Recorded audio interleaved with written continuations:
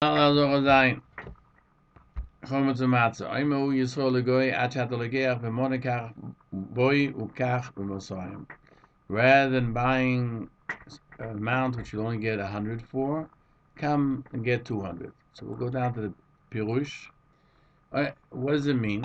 The Bach explains the Siman 448 as Mutter Yisrael to say to a goy in the 5th hour, or even before then, why should you buy Chametz and only get 100? Tigna, buy from me a value of 200 for 100. You can say to a goy as well,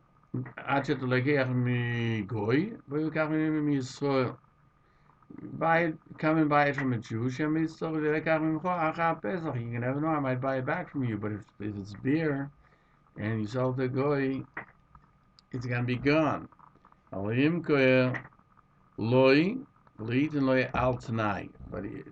can't do it on condition. The Machon Nesher explains again in 448. So too other Achonim, the Kavanah is to tell him, if you do this and this on Pesach or after Pesach, it's given to you on condition. If that's the case, that whole time that the Tanai wasn't accomplished, Chametz is not the goys. In Mosdos came, he did it on Tanai, they didn't become the goys because until the Tanai the condition is not fulfilled, it doesn't become the goys. The Maggid Mishnah explains that's according to what he said in Halacha Aleph. The Yisrael who gives a goy chametz, he's oivan b'yimotzah, because it's his. In here too, since the kinyan of the goy depends upon a condition, and the entire time that the condition was not established, the sale or the matona doesn't take place, and the chametz is still the Jews. Therefore, even though it's found by the goy, Yisrael is over on it. Rabbeinu Menoach explains. Yisrael can tell the goy, rather than buying 100 by 200, means that even if the goy doesn't want to buy the chametz because he has enough, he says, what do I need it for? Yisrael can tell him, buy it. Or when the goy wants to buy from his goy, a friend of his was a goy, the Yisrael can tell him, buy me from me, maybe after Pesach I'll need it, and I'll buy specifically from you. In other words, I'll be your purchaser. Because the Yisrael doesn't make it tonight that I'm going to buy it. He just says it could very well be. Rabbeinu Menoach cites those who are of the opinion that the Bach says buy the value of 100, buy the value of 200 for 100. There are those who explains that Chametz of a goy you can buy for 100. The Yisrael says, I'll sell you for 200. What does that mean? The Chiddush is that even though he's selling him double the amount, right? And the goy could change his mind, since the Yisrael sells him for the Mechir Gemur, and the goy pays, and he doesn't make a condition that I'll take it back from you after Pesach. Only, he says, maybe I'll need Chometz. It's considered that Chometz is Neshus HaGoy Mutach Pesach. He tells him, right now, buy this for 100, and after Pesach, I might buy it back from you for 200. Rabbeinu Menoach pushes off this explanation that you can make that type of a situation where for sure you're selling Chometz and you're going to get it back. And he explains that the Yisrael and the Goy both want to go out on a boat on Erev Pesach. The Yisrael can't buy Chometz that they'll need for after Pesach for food for the way, because it's forbidden to have it in his Rishus on Pesach. And therefore he says, to the Goy, rather than buying for yourself 100, buy for 200. You say you don't need that much, right? Maybe after Pesach, I'm going to need food, I'll buy from you.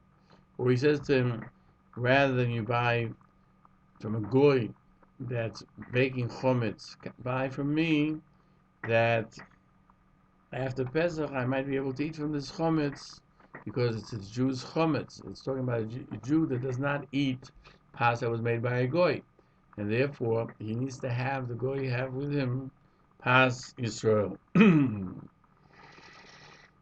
therefore he'll get it cheaper, even though the Yisrael is inferring, making it known that he's going to have to find from the goy after Pesach. Still, could be, doesn't guarantee that will be the case. Therefore, he's able to do so. It's not considered that he's actually obligating himself. Neither is the goy obligating himself to sell it to him. Even though the goy is buying it for the Jew with the knowledge of the Jew, because I didn't say I'll buy it back from you. He didn't say specifically so. And the goy is not considered the agent of the Yisrael. Therefore, since the goy is buying it, and it's by the goy, therefore nobody's transgressing.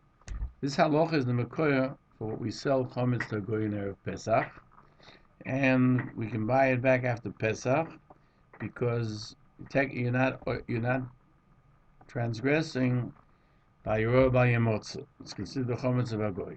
Halacha l'maisa. We find the Shulchan Aruch in 448. Chametz Yisrael she'avola Pesach osabano. The chametz of Yisrael is that Pesach passed over, meaning it was by the Yisrael's from Pesach, even if though it was found in the house inadvertently, or he had to have it.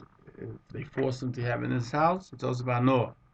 If Yisrael sold it or gave it to a goy that's outside of the house of Yisrael before Pesach, and the goy won't touch it. He knows that anyway, but will watch over it for the Jew until after Pesach and give it back to him. It's mutter, but he has to do the matonik more of Pesach without any conditions. The goy should make a kinyan which can acquire it with, picking it up or moving it, something which is you can't pick up, and without condition. And if you make a condition, the goy might not fulfill the condition, and the Tanai will cause the transaction to be negated to begin with. That's the Yisrael transgressed on Bal Yirah, or you should sell it to him with the kinyanim, even for very little. The goy pays very little for it. It's mutter. The Halacha writes, today the meaning of Yisrael is they don't sell for lesser value, only close to the value of the chametz, and they get to the nochi for it. The goy doesn't have to put all the money up front, but rather he gives a down payment, and the rest will pay later. That anyone can borrow money, and there's no chametz. There's no issue chametz on the money. And then after Pesach, you can ask. You tell them, rather than you paying for it, maybe you want to let me buy it from you, and I'll give you a profit. The Mechaber continues, if Yisrael gives his chametz to goy matona, on condition he gives it to him after Pesach, that doesn't help. So Mishnah Berurah explains, even though usually we find matona al-manas la'achzir works, then if the condition is fulfilled, it's the goy's to begin with. Here the Chachamim required a full matona, because the chametz is very stringent. It doesn't help matona al-manas la'achzir. The Mechaber continues, Yisrael can tell a goy the 5th hour before, rather than buy a value of 100, buy 200. And Mishnah Berurah explains, buy a lot from me, $200 worth, which would usually be 100, like the Bach said. The Mechaber continues, maybe I'll need it and I'll buy from you after Pesach. The Mishnah Berurah cites, Yachon explain, when I'll need it after Pesach, I'll buy from you. I'll give you a revach, a profit for you that which you paid. The Mechaber says, but you should not sell it on condition that you'll sell it back to me. If you did that, then he's over by your motza. Mishnah Berurah explains, we said b'loshen t'nai in a condition, so the chametz is sold it's forbidden because even if the goy will keep the condition, the mechira didn't take place until the goy actually fulfills the condition.